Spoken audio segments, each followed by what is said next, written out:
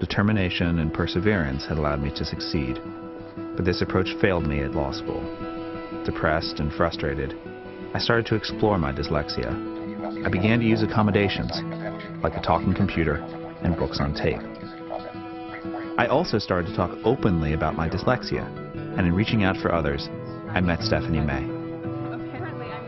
I went for the testing, and they came back with this ADHD thing, and I was like, what is this? I didn't know, my family didn't know, they didn't know how to respond, and I didn't know how to respond. So it started me down this whole journey of self-discovery. My problem is that if you zero in on certain processing capabilities, I'm severely below average in the 5th percentile. It involves information retrieval and storage. It's organizing and processing information, speed and accuracy. Let's compare our numbers. I have mine too. Oh, compare our numbers. Ben! When you go to a professor to disclose, what do? I bring a letter, and it says essentially that my professor is required to accommodate me by federal and state law. You have no choice, you must accommodate this student. And it sets up sort of its own barrier in a way. I went in, I was really nervous. I gave him the letter and was as nice as I could think to be about it. And at the end, he said, well, I don't really believe in learning disabilities. I'm going to do this because I'm required to do it by law, but I don't like it and I don't think it's fair. The accommodations that I got for that class, on the exams, I got time and a half in a separate room. And for that particular class, that made all the difference in the world for me. When I got the first midterm back, on the curve I shot way above. It was like they did a little distribution. Here's the curve, here's me, right? I got an A+ in that class. Without the accommodation, B- if I'd been lucky. I wouldn't have been able to read the questions out loud to myself and mumble to myself. I've had the experience of being in a class like that without the accommodations, and I look at the paper and I can't make sense of the words because I just am not able to bring my mind into the situation and perform in the way that I'm expected to. Hey dude, what's up? I've come to see Jason at his new school. He's struggling to make it and wants some advice. First day, yeah. First day is always difficult, you know. Coming to a new school, you're always nervous. So I came to class, everybody was This is a new school for you. Got 2 more years left and I'm gone. 2 more years. 2 more years. That's going to be the longest 2 years of my life, because the most crucial 2 years, too. Yeah. Because you want to go out to college. Yeah, I think it would be nice for me. Like most people with LD, Jason has never had a community. I suggested to Ben we talk to Jason and his mother, Iris. If you're going to really find your way onto a new path, you got to have a way to get there. It can't just be this giant leap. The thing that got me through school was a strategy where I knew I had concrete accommodations in place, things that gave me independence. Discussing it with a professor and getting a relationship. Speech software so that your computer can read out loud to you. A separate room for the exam so that you can make noise. Extra time on the final so that you can try and align all these pieces of information. I think that, like, really, if I really try hard, like a lot harder than I did, if I try even like harder, no limit to how good I can really do. When you say to me, I'm going to try harder, I'm going to focus more, that sounds to me like you're a person in a wheelchair saying, I'm going to go up these stairs by trying harder and focusing more. Right. And I think instead you need to say, I'm going to learn to talk to people and say, I need a ramp. It's really just trying new strategies, given what you've learned, and also to become an advocate for yourself, which is something we're working on. ADHD is attention deficit, hyper deficit, meaning that when you're talking, I'm going to be looking around just like you're not even talking. Some teachers look at it as like a sign of disrespect, but it's really not. When I look at that person for so long, I start to think about different things. I see your lips moving, but I don't really hear anything. Okay. Do you sort of need to come up with some sort of system for communicating with me if you need more, or do I just sort of trust that you're okay with your group? And if I feel that my group isn't all right, I'll come to you. Okay. Well, also what some students in math do is sometimes they will take their test with another adult that can read the questions to them. So that'd be good. That'd be really good. We could do that too.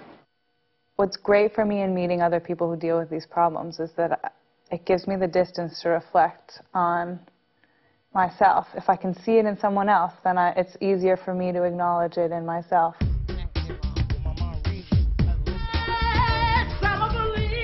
Renita has faced a lot of challenges in her life.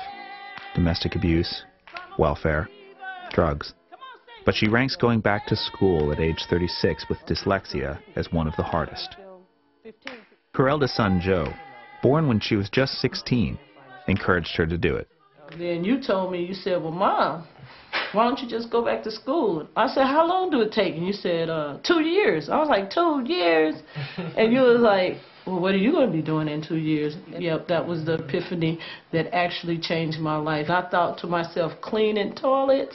Yes, I think I'll go to school. When I come and work with kids, I have so much to give. I have my attitude, my charisma. I help kids. They can come talk to me. I'm a big brother. Now, the problem is people will say, if you have a disability, why are you trying to teach people? Well, I feel like with my disability, it's easier for me to teach people because if somebody's having a problem, I can kind of like say, okay, I understand.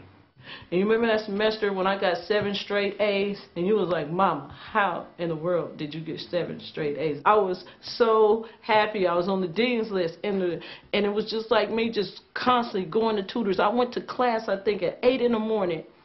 And I would stay at school till 4 in the evening every day like a job. I really felt kind of dumb most of my life until I went back to school. So I really do thank God for being able to guide me back in the right direction, which was education. Yeah, He's blessing me. He's blessing me. God is blessing me. He's blessing me. Oh, yeah. Over and over again. He's blessing me. He's blessing me right here where I stand. We've been on welfare and in and out of different living situations, homeless, in cars and vans and trucks, living on Greyhound buses. I mean, we had a lot of issues with living situations. I moved 13 or 14 times before I even went to high school. I was on alcohol and drugs, and boy, get to school. Get home and do your homework, do this and that, because I knew that would be a better life for you than the life I had. Here you are, 15, 16 years old with a baby with no education. What do? Welfare. I mean, I was still trapped in that system until you took me to college. 6 years later, Renita is now earning a bachelor's degree at Berkeley. She attended 2 community colleges to get there, one which provided LD accommodations and one that didn't. I think I stayed on the dean's list 3 years straight. When I went to Palomar, who didn't have the disability tutor, they didn't have the high-tech center, all they would offer you was extra time. That's it. Well, extra time is not enough if you don't know the information. I went from a 3.5 and a 4.0 down to a 1.86 below what I could get for financial aid. And I was devastated. Like at Laney, you know, Laney, I had the Kurzweil, where you're sitting at the computer and it's reading and you're reading with it. So it's a word that you don't know, and it's highlighted in yellow. Then all of a sudden, they say that word, and you be like, oh, that's what that word is all this time? They helped me to learn words and then be able to own those words to the point where I could say those words and knew that I was saying it correctly in a sentence. Patience? My name is Patience. Yeah. And I love to learn. All right. My name is Patience. Yeah. And I love to learn. All right. I signed up for the city of Berkeley to be a garbage man. You know, garbage men, they make very good money. And they say just write a few words about, you know, why you think you could be a garbage man. So I filled up the 3 lines. I sent my application in. They sent me back a letter saying this is not what we want. The grammar was off. Your punctuation was off. And I was highly upset because I was like, here is a job that I can do that doesn't require any paperwork but logging in and out for work. In the workplace, a lot of times you have so many people fighting for the same job and so many challenges till, you know, you're not sure if you can make it. And you're not sure if, you know, if a person finds out you can't spell as well, will, you know, they go to the boss, will you be demoted because you don't have what skills they feel like you need to have? That has me kind of shying away from the workplace. I don't ever want to feel like somebody's giving me something. I want to earn whatever I get. So you have to be strong enough to deal with all that and still say, I know that